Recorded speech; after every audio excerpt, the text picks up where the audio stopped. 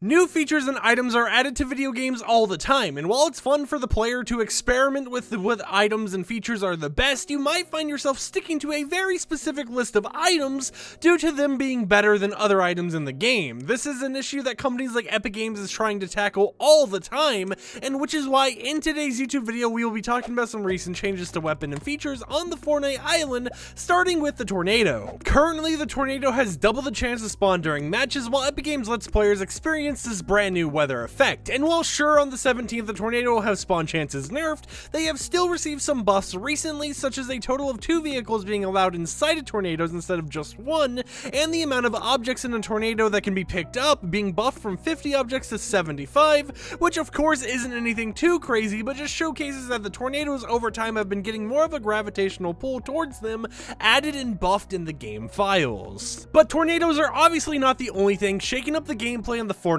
island, as recently lightning storms have been buffed to spawn in more often, and now it takes 1 minute for a potential lightning storm to spawn a second time after the first one in a match has finished, and only 2 minutes after the second lightning storm for a third one to potentially spawn, making it just much more common to see these happen multiple times during matches. On the flip side of the island, we have some changes to weapons that we've honestly just got to talk about. Now, firstly, the Stinger SMG has received a damage nerf where it got decreased by 2 points per rarity, with the legendary version now doing 20 damage per bullet instead of 22 damage per bullet. Secondly, the Mark 7 assault rifle has also been nerfed to have a damage decrease, but only by 1 point per rarity, with the legendary version now doing 24 damage per bullet instead of 25 damage per bullet. So overall, yeah, we have seen some recent nerfs to normal weapons like SMGs and assault rifles. However, we have been seeing the shotguns get stronger and stronger, as finally the auto shotgun has actually received a buff that made reloading faster by 1.53 seconds per rarity,